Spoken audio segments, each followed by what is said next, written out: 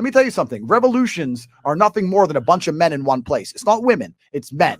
If you put enough men on a city square pissed off, a revolution happens. That's what the people in charge of the world are afraid of. So to make sure there's no revolution, what they do is they construct as many divisions amongst the peasants as possible. They make sure the blacks hate the whites, the men hate the women, the Republicans hate the Democrats, and we're all so busy fighting with each other they can laugh from the top. I'm telling you, the reason in countries like America, the reason the law is so destructive against men is very, very purposeful. They don't want you to feel like a king. They don't want you to feel powerful. You wake up amongst 3 bitches. If you have fucking 10 sons from 10 baby mamas, you're going to wake up and feel like the man. You ain't taking shit easy. If you wake up on your fucking 3rd year of a sexless marriage, paying taxes, and your kids don't even listen to you, you don't really feel like rebellion. You don't have it inside of you. This is why there's so much fucking male suicide. This is why men are so depressed. This is why everyone's so unhappy, because the life they try and create for men, the things they try and purport, the ideas they try and make us subscribe to are depressing. They want you as a tax slave.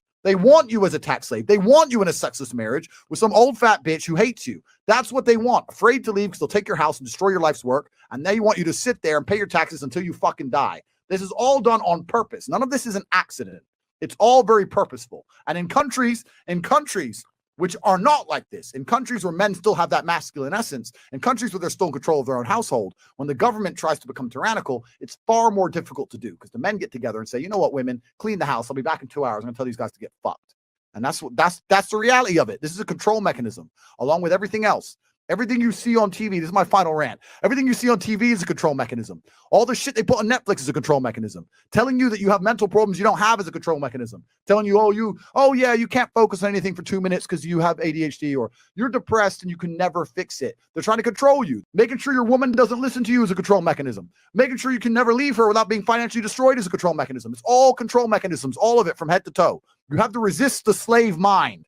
You have to look at it all and understand they are trying to make a slave of you. And when I say slave, I do not mean slave likely. I mean the word slave. They are printing money from the sky and you're giving up your life for it.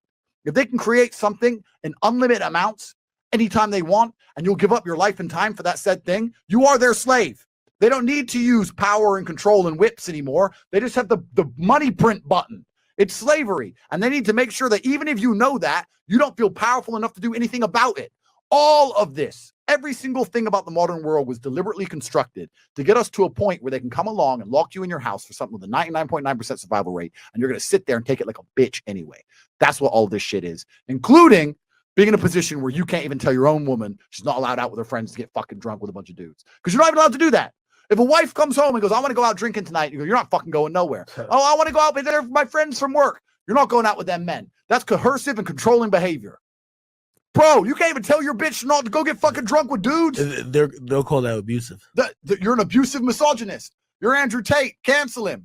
It's insanity. And it's all done on purpose. I don't want anyone to sit here and think this is some accident we've arrived at, or that we're here now and it's no big deal. This is very, very purposeful, because when you destroy the warriors of a society, that's how you usher in slavery. First thing the Romans did when they conquered the Greeks is kill all the warriors, all the fighting age males. You leave the soy boys and the bitches, and then you can conquer it. Done. That's what they're doing to us. They're trying to destroy the warriors. So my G's, the ones who are left, don't worry about fucking some pussy. We got bigger fights coming up. We got bigger wars coming ahead of us, because I really believe the next 10 years are going to be difficult for men of stature. I really believe that. So that's my final speech.